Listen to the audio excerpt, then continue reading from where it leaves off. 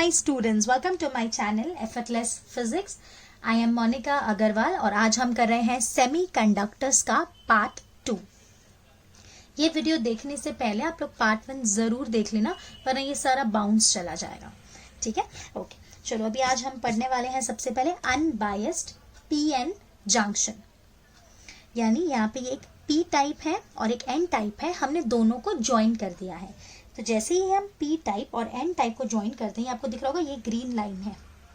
तो ये green pea जैसे आपको मैंने बताया था लास्ट लेक्चर में कि पी टाइप में क्या होते हैं, ज्यादा होल्स होते हैं जिनको अपन बोल सकते हैं कि they behave like positive charge. And N type में क्या होते हैं, इलेक्ट्रॉन्स। यहाँ पे पी टाइप में हमने प्लस दिखाया है और एन टाइप में माइनस दिखाया है।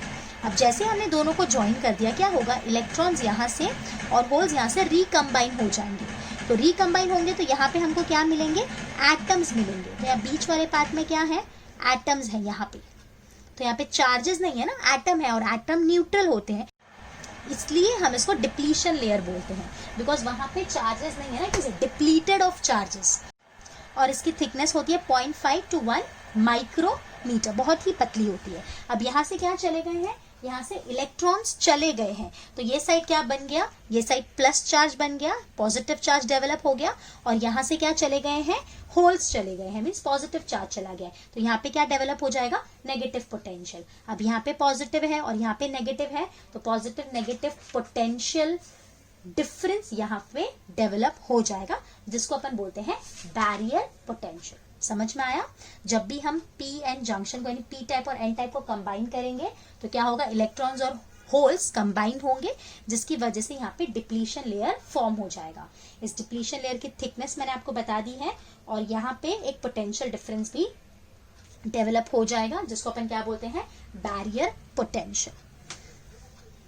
अब बैरियर पोटेंशियल की जो अप्रोक्सीमेटली वैल्यू होती है, सिलिकॉन के लिए होती है 0.7 वोल्ट और जर्मेनियम के लिए होती है 0.3 volt. So when no external source is connected to the diode, it is called unbiased diode। यानी हमने कुछ भी बाहर बैटरी कनेक्ट की है क्या, नहीं कनेक्ट की। अगर हम इसको बैटरी से कनेक्ट कर दे तो हम उसको बोलते हैं biased PN junction। This is unbiased PN junction and next is biased PN junction। और एक और चीज यहाँ पे लिखी है, ये जो बैरियर पोटेंशियल है ये किस किस पे डिपेंड करता है, it depends on the temperature, doping and material. यानी एकदम फिक्स्ड नहीं बोल सकते, इन चीजों पे ये डिपेंड करता है।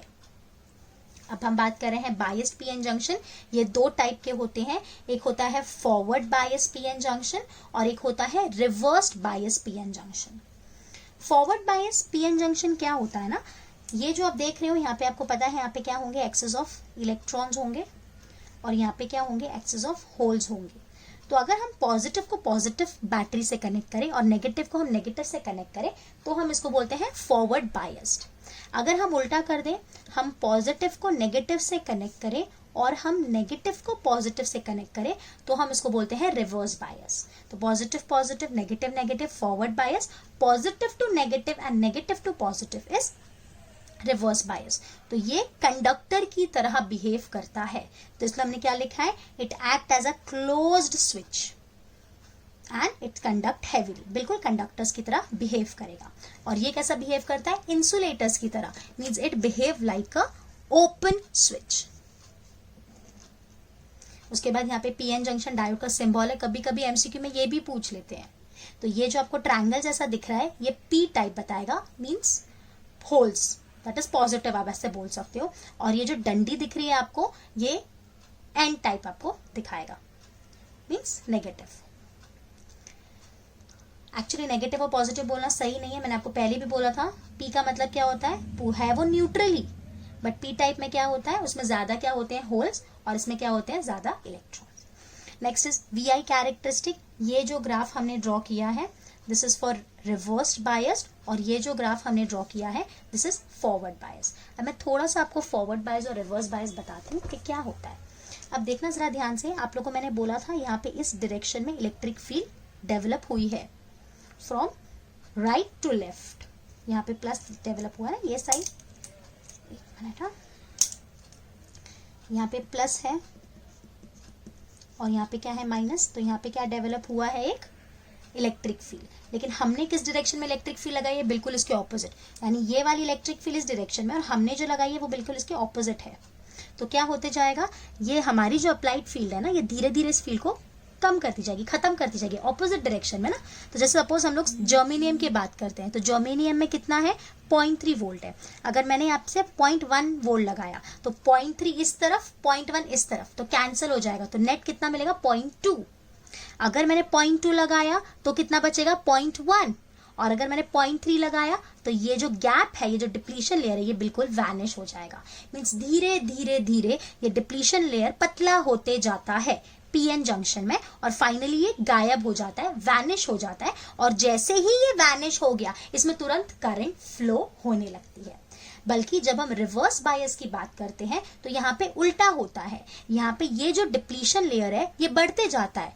क्यों बढ़ते जाता है, बिकॉज इसके जो भी इलेक्ट्रॉन्स है ये सब यहाँ चले जाते हैं, तो यहाँ पे ये इलेक्ट्रॉन्स कम होते जा रहे हैं और यहाँ से ये होल्स इसके अंदर चले जा रहे हैं, तो इसके से डिप्लीशन लेयर बढ़ते जाता है। तो यहाँ पे डिप्लीशन लेयर कम हो जाता है, यहाँ पे डिप्लीशन लेयर बढ़ जाता है। तो यहाँ पे डिप्लीशन लेयर जैसे ही कम हो गया, करंट बहुत फ्लो होने लगेगी, बहुत ज्यादा। और यहाँ पे धीरे धीरे डिप्लीशन लेयर बढ़ते जा रहा है, बढ़ते जा रहा है, बढ़ते जा रहा है, तो इसकी वजह से यहाँ पे करंट फ्लो नहीं होगी।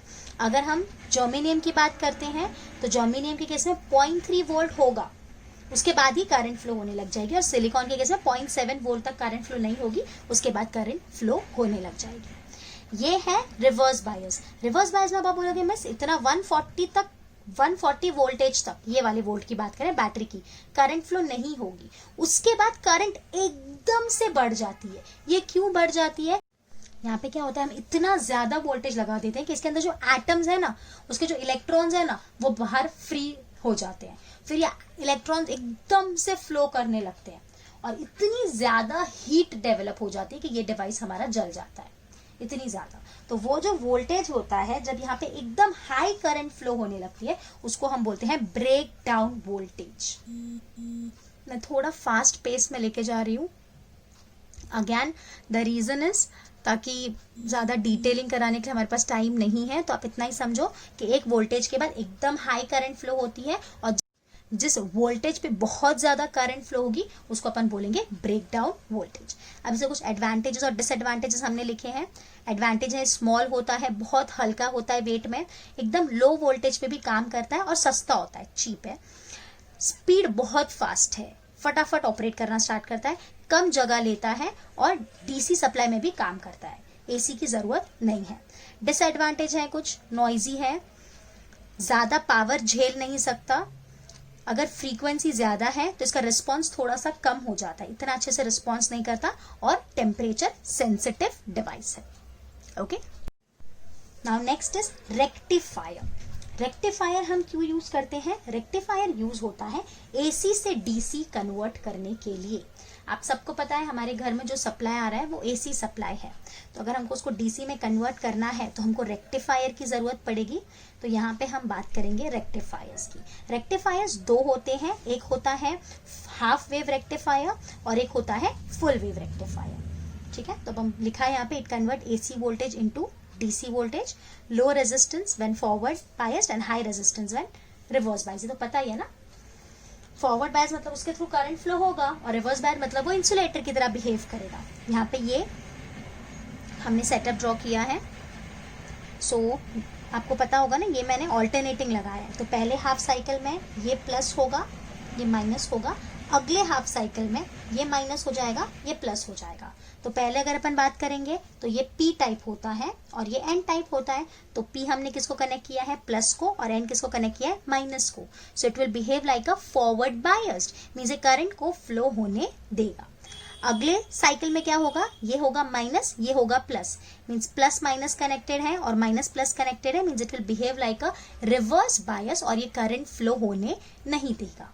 तो अपन ने क्या देखा, पहले हाफ साइकिल में इसने फ्लो होने दिया, अगली हाफ साइकिल में फ्लो होने नहीं दिया, फिर आधी साइकिल में फ्लो होने दिया, फिर अगली साइकिल में फ्लो होने नहीं दिया। तो यहाँ पे हमने इस तरह से एसी का डीसी में कन्वर्ट किया।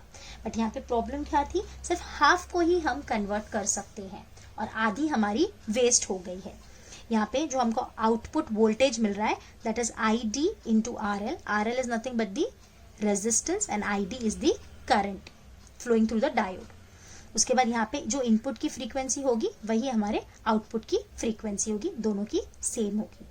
अगर हम फुल वेव रेक्टिफायर की बात कर रहे हैं तो ये मैंने फुल वेव रेक्टिफायर का डायग्राम ड्रॉ किया है।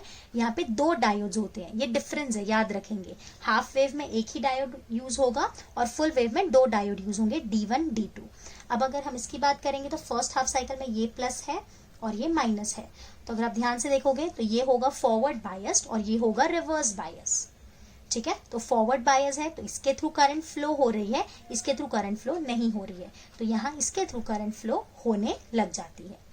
अगर हम नेक्स्ट बात करेंगे, ये हो गया माइनस, ये हो गया प्लस, तो ये बन जाएगा रिवर्स बायस और ये क्या बन जाएगा, फॉरवर्ड बायस। मींस अब इसकी वजह से करंट फ्लो होगी। तो यानी इसके अभी दोनों केस में फ्लो हो रही है ना। पहले कैसा था, पहले सिर्फ इस केस में सिर्फ एक बार फॉरवर्ड बायस होता था तो करंट फ्लो होती थी, अगली बार रिवर्स बायस होता था तो फ्लो होती नहीं थी। यहाँ 2 यूज किए, तो पहला ये फॉरवर्ड, ये रिवर्स, तो इसके थ्रू करंट फ्लो होगी।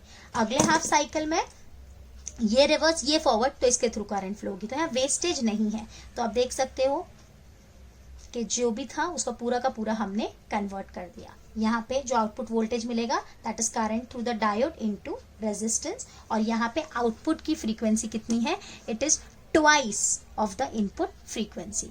सो यहाँ पे दोनों की फ्रीक्वेंसी सेम है और यहाँ पे आउटपुट की फ्रीक्वेंसी डबल है। Clear? Okay, so that's it in this video and don't forget to like, share and subscribe my channel. Till then, bye bye, take care.